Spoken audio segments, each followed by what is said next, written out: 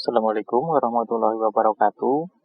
Di sini saya akan mereview sebuah jurnal yang mana jurnal ini berjudul Rancang Bangun Antena Microstrip Patch Rectangular dengan metode parasistik untuk meningkatkan bandwidth. Nama jurnal ini diambil dari Jurnal Tetrika volume 5 nomor 1 tahun 2020. Tepatnya diposting Januari 2020. Berikut penulis jurnal ini adalah Syah Alam, Nadia Media Rizka, Indra Surjati, Pipit Dewi Marlina. Kemudian para penulis ini berasal dari Teknik Elektro Universitas Trisakti Jakarta, Indonesia, Program Studi Teknik Telekomunikasi Akademi Telkom Jakarta, Indonesia. Untuk review ini dibuat tanggal sekarang, hari Sabtu, tanggal 6 bulan Februari tahun 2021. Latar belakang dari jurnal ini dapat kita lihat dari abstrak, yaitu perancangan dan realisasi antena microstrip dengan bentuk rektangular yang dioptimasi menggunakan metode parasistik untuk ultra wideband pada frekuensi kerja 1800 MHz. Telah dipaparkan dalam penelitian ini. Metode parasistik ini bertujuan untuk memperlebar bandwidth dan meningkatkan nilai gain dari antena yang dirancang. Ternyata dari hasil pengukuran antena rektangular dengan metode parasistik ini diperoleh nilai return loss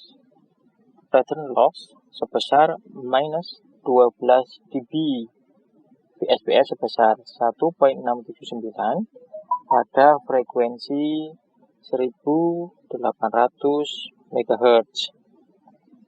Dan hasil yang diperoleh dari proses pengukuran antena yang diusulkan menghasilkan frekuensi triple band, yaitu pada frekuensi 1815 MHz, 1935 MHz, dan 2060 MHz dengan bandwidth masing-masing 2,4%, 2,8%, dan 4,36%.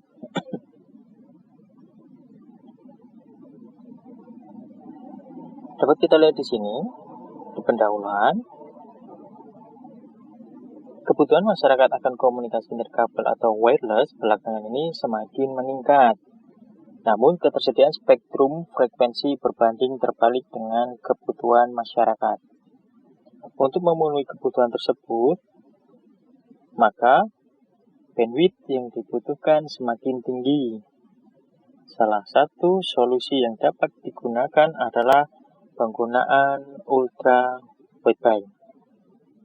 Itu merupakan pendahuluan dari jurnal ini. Kemudian, apa sebenarnya masalah?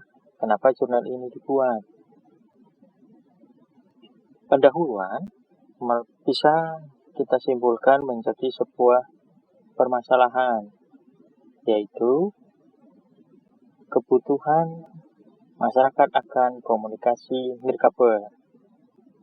Kemudian yang kedua,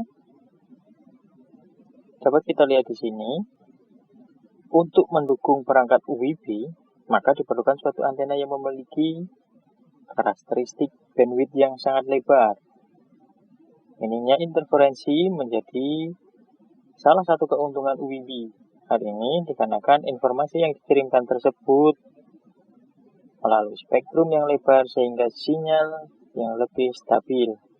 Hal ini juga membuat komunikasi yang dihasilkan jauh lebih stabil hemat daya, dan dapat memanfaatkan frekuensi pada komunikasi radio yang telah ada.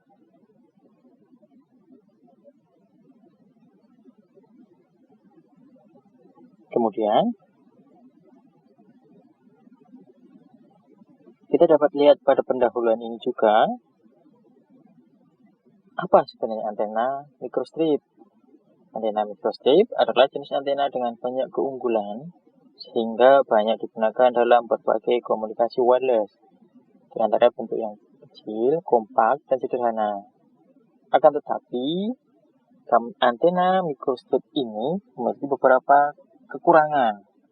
Salah satu kelemahan dari antena microstrip adalah bandwidth yang sempit dan hanya berkisar antara 2% sampai 5%. Banyak metode telah dipaparkan untuk meningkatkan bandwidth pada antena microstrip, antara lain P1 proximity, log periodic, dan parasitic. Untuk tuner ini digunakan metode parasitic yang dapat meningkatkan gain dan bandwidth antena sehingga memperbaiki level penerimaan pada perangkat telekomunikasi untuk UWB. Pada penelitian sebelumnya, metode parasitic diperoleh peningkatan nilai bandwidth sebesar 181 MHz atau 18,31% pada antena microstrip. Dari hasil penelitian sebelumnya, dapat ditarik kesimpulan bahwa metode parasitic dapat menghasilkan bandwidth untuk antena microstrip. Untuk melihat kinerja dan parameter dari antena, dilakukan pengukuran menggunakan Vector Network Analyzer atau singkat VNA di laboratorium. Diharapkan dari penelitian ini diperoleh desain baru antena microstrip yang berukuran sederhana dengan bandwidth 20% pada frekuensi lebih dari 1800 MHz sehingga optimal digunakan untuk komunikasi seluler. Metode penelitian ini pertama adalah antena dirancang. Kemudian antena yang dirancang adalah antena microstrip yang berbentuk persegi panjang dengan substrat FR4 epoxy. Salah satu alasan pemilihan jenis bahan ini dikarenakan harganya yang terjangkau dan mudah diperoleh di pasaran. Dapat kita lihat pada gambar satu ini tahap-tahap proses perancangan antena tersebut. Perancangan awal penelitian ini menggunakan antena tunggal pada frekuensi 1800 MHz tanpa parasitic. Kemudian dilakukan uji coba metode parasitic dengan iterasi melalui perangkat lunak komputer. Setelah diperoleh bentuk yang kompak dan memiliki bandwidth yang lebar dengan return loss kurang dari minus 10 dB dan VSWR kurang dari 2, dilakukan iterasi posisi parasitic untuk mendapatkan nilai bandwidth dan gain yang maksimal. Untuk memperoleh hasil yang optimal, dilakukan iterasi terhadap ukuran saluran catu, panjang dan lebar beban parasitic, serta jarak antar patch antena dengan beban parasitic. Adapun indikator parameter antena microstrip yang akan dicapai adalah antara lain meliputi parameter return loss, VSWR, bandwidth, dan gain. Parameter return loss yang diharapkan adalah kurang dari minus 10 dB dan VSWR kurang dari 2 pada frekuensi kerja 1800 MHz dengan menggunakan parasitic.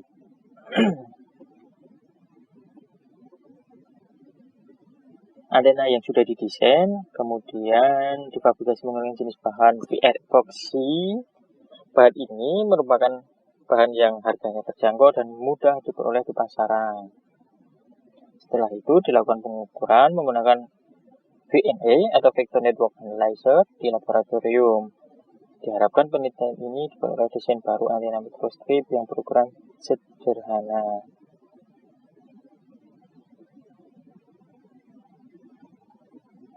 Oke, berikut kemudian perancangan dan simulasi antena. Dalam pembuatan desain antena awal, antena mikrostrip terlebih dahulu diketahui karakteristik dari komponen bahan penyusun antena. Pada penelitian ini, karakteristik dapat kita lihat, konstanta dielektrik 4.3, ketebalan substrat 1,6 mm, loss tangen 0,0265, frekuensi kerja 1800 MHz. Dapat kita cari lebar patch dengan rumus yang sudah ada di gambar 1.1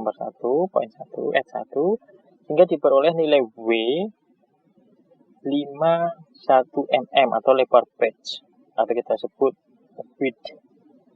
Kemudian panjang patch atau length dapat kita hitung menggunakan rumus di bawah, rumus 2. Di sini ada banyak persamaan-persamaan. Dapat kita lihat seperti di bawah, persamaan 2, persamaan 3. Pengaruh fringe effect pada patch L diperlukan parameter delta L dengan menggunakan persamaan 3 di bawah ini yang merupakan pertambahan panjang dari L. Dan untuk permitivitas rata-rata atau nilai konstanta dielektrik efektif menggunakan persamaan 2. Delta L sama dengan 0,7436. Maka efek medan tepi dari patch adalah 0,7436, sedangkan panjang patch efektif dapat dihitung dengan persamaan 4, dapat kita lihat di sini. Maka untuk panjang patch atau length dihitung dengan menggunakan persamaan 2, maka didapatkan lebar patch L sama dengan 39,6 mm. Untuk saluran pencatu menggunakan mikrostrip line feed, nilai lebar satuan pencatu VO dapat 0 dapat dihitung menggunakan persamaan 5 dengan nilai impedansi dengan digunakan konektor SMA 50 ohm. Untuk mendapatkan impedansi matching nilai Z0 diperlukan persamaan 6. Untuk nilai B yaitu dapat kita lihat di persamaan 5 untuk mencari nilai B. Maka lebar untuk saluran pencatu untuk 50 ohm adalah dapat kita lihat di persamaan 6. Sedangkan untuk panjang pencatu 0 perhitungannya sebagai berikut. Dapat kita lihat pada persamaan 7. Nilai B yaitu 5,7057, kemudian 0 sama dengan 3,11 mm. Setelah itu Y0 sama dengan 12,0685 mm. Dapat kita lihat selanjutnya yaitu desain antena mikrostrip beban parasitik 2 elemen. Pada tahap ini, antena utama yang telah dirancang kemudian diberi beban parasitik dengan maksud untuk memperlebar bandwidth. Beban parasitiknya berada pada satu layer dengan antena utama dengan rancangan menyerupai patch rectangular. Setelah difabrikasi, kemudian dilakukan pengukuran. Pengukuran ini dilakukan untuk membandingkan hasil fabrikasi dengan hasil simulasi yang diperoleh sebelumnya untuk kemudian dianalisis. Pengukuran karakteristik antena yang dilakukan adalah pengukuran return loss, VSWR, bandwidth, pola radiasi, dan gain antena. Kemudian dilakukan pengukuran karakteristik antena, yang pertama pengukuran return loss dan VSWR. Berikutnya pada poin pengukuran dan analisis hasil pengukuran. Setelah didapatkan rancangan dari antena mikrostrip, patch rektangular dengan metode parasitik, langkah selanjutnya yang harus dilakukan adalah proses fabrikasi. Dapat kita lihat hasil fabrikasinya pada gambar 3 berikut. Nah,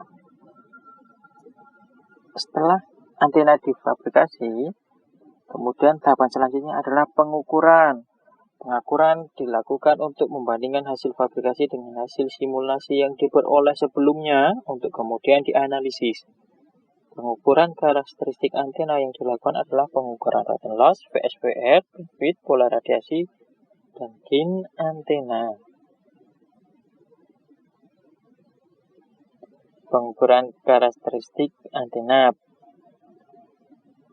dapat kita lihat di sini adalah pengukuran radon loss dan VSWR. Pengukuran ini dilakukan di dalam ruangan karena faktor lingkungan tidak memberikan pengaruh terhadap hasil pengukuran. Pengukuran ini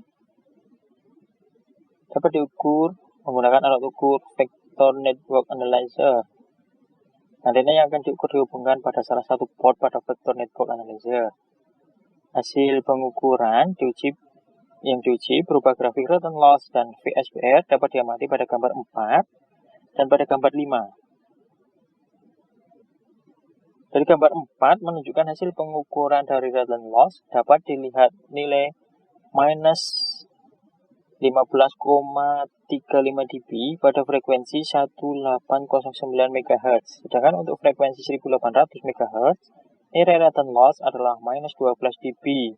Hasil ini sesuai dengan spesifikasi parameter yang diharapkan, yaitu sebesar radon loss minus 10 dB. Pada gambar 5 menunjukkan grafik hasil pengukuran dari VSWR. Pada gambar dapat dilihat nilai VSWR adalah 1419 pada frekuensi 1809 MHz. Sedangkan untuk frekuensi 1800 MHz didapatkan nilai VSWR 1679.